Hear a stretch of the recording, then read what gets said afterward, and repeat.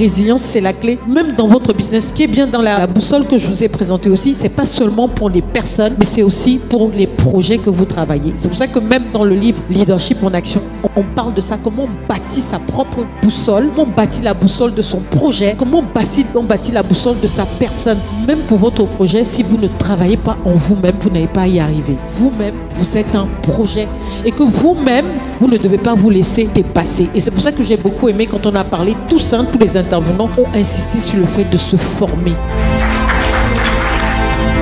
Il y a tellement de facteurs qui peuvent arriver, qui vont vouloir vous déstabiliser. Et si vous n'êtes pas fort, je vous promets que vous pouvez fermer. Quand vous allez ouvrir vos entreprises, je prends toujours le temps de bien en parler, de vraiment donner votre vision à vos employés. C'est là.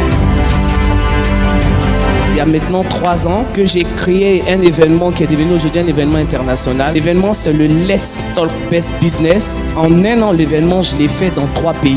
C'est-à-dire en France, en Belgique et en Côte d'Ivoire. Ça n'a pas été facile, surtout en Côte d'Ivoire, où c'était très très compliqué. Mais c'est ça aussi le mindset. On a parlé de vision. Vous devez avoir une capacité de résilience qui est hyper important dans l'entrepreneuriat. Si vous ne l'avez pas aussi, ça se cultive, ça s'apprend. Mais être entrepreneur, ce n'est pas un long fleuve tranquille. Il faut être prêt